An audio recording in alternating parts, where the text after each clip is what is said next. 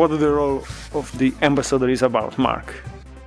Technology ambassador within ABB Ability is helping our businesses come on board with the ABB Ability platform, which is our Internet of Things platform.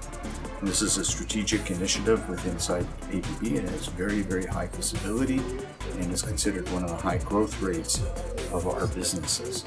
So the role of technology ambassador is really crucial to getting our businesses to start using this platform, because there's technology concerns. There's a lot of other concerns that come up that the businesses aren't really equipped to deal with. And technology ambassadors are the guys that actually go out there and they help the business. There's a lot of hands-on work in real-world conditions with real devices to bring all of this to our Internet of Things platform.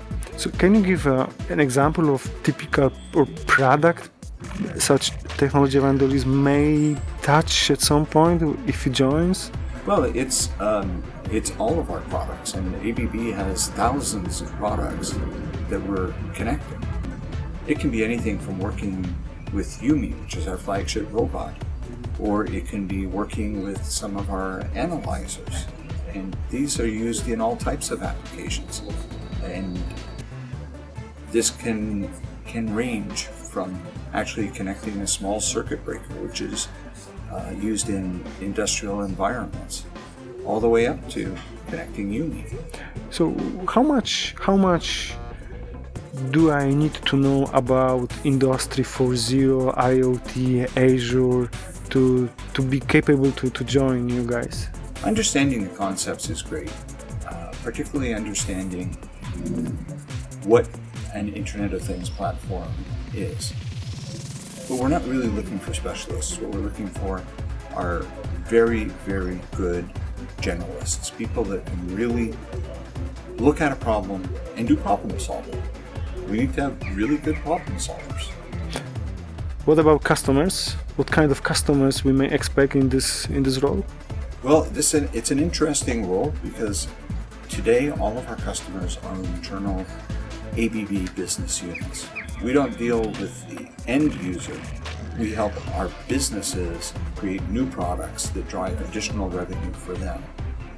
So we're not dealing with the end users per se, but every business that we deal with is a customer to me. So how big the team is?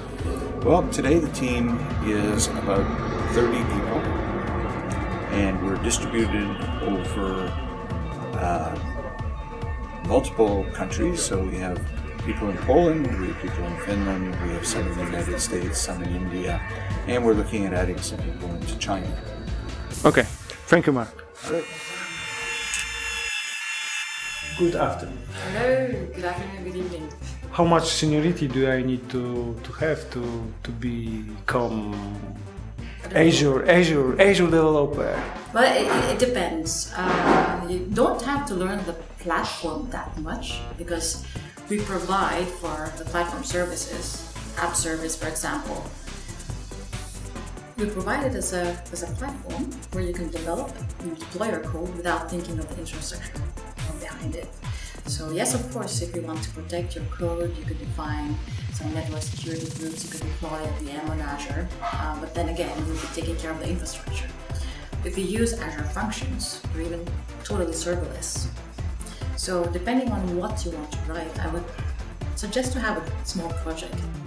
For those who want to begin with Azure and have not developed an Azure yet, I would suggest to begin with a project, and then in quite fast manner you can find material on how to realize that project online as well. So how do you define DevOps?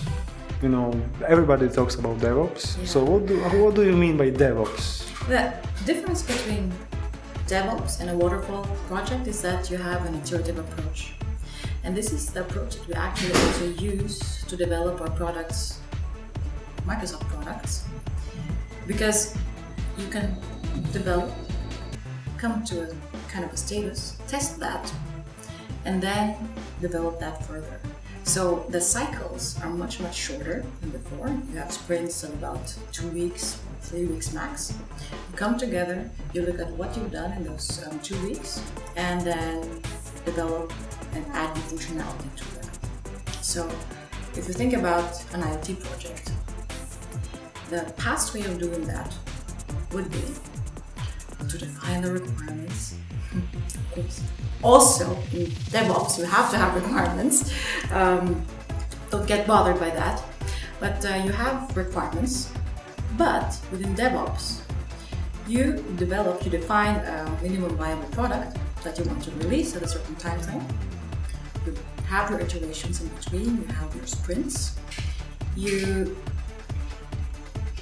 create the platform, you create that IoT solution as you go.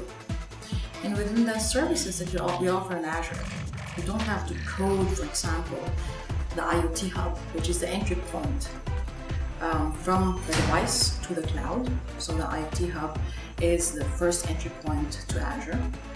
You don't have to code that. You don't have to provision VMs to be able to scale. The only thing that you have to do is provision it within the Azure portal and then connect your device to it. And there's a quite easy way to do that because we have the documentation, or you can just click on settings, get your connection strings, and connect your device. Do you like meetups? I love meetups, and I'm so happy that I've been in the meetup here in Poland. And thank you very much for inviting me. Okay, thank you. Thank you. Yeah. When did you join ABB? I joined ABB about 2 months ago in April this year. I'm coming from a gaming industry and entertainment, so I've been cloud native for quite some time. That's where I come from. I'm trying to bring the experience to the people. So what did you find interesting in job posting? Yeah, but what specifically you find interesting? Like, platform or challenges or place or team? Yeah, what I like about ABB in general is that we do real life things. All of the startups keep talking. They have this. They want to save the world. They have all of these nice things that they don't want to do that. But ABB actually has all of the components for you we can actually make a difference to the world here. I'm an engineer by heart, so I like all of the tangible things, containers, the engines and modules and generators and all of those things. That's what the real life is. So in your previous experience, you were touching cloud-based platforms. So do you believe it's difficult to learn Azure Cloud, IoT, or it's something everybody can take it? I think anybody can learn the basics of the IoT. It's almost like it's a service available, but it's still a little bit engineering required to kind of get the most out of it. Do you believe in knowledge sharing? Yeah, absolutely. That's the key to everything. You need to be able to communicate effectively with all the teams, all the people. You're gonna be leading DevOps platform engineering team to some extent, if I can say it this way. Yeah, that's right. My role is the kind of DevOps manager, which is a bit silly title since DevOps is more like a culture rather than a role. But it does mean that we're trying to bring in the culture of continuous delivery to ABB, especially from the Ability platform. So we want to do constant deliveries rather than this long-term deployment. First of all, it all comes down to people, so have the right kind of people who are willing to learn.